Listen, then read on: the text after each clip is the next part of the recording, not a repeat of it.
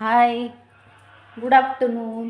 8 वाजले दुपारची 1 आणि आज आहे शनिवार, सुट्टी स्वयंपाकाला.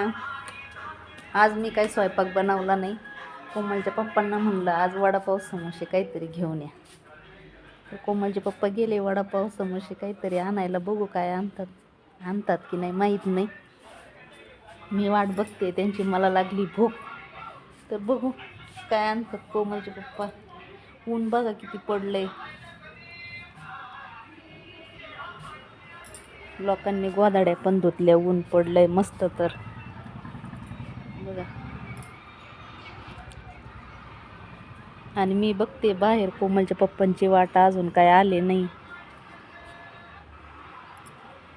तर बघू काय आणतात खायला. तोपर्यंत बाय.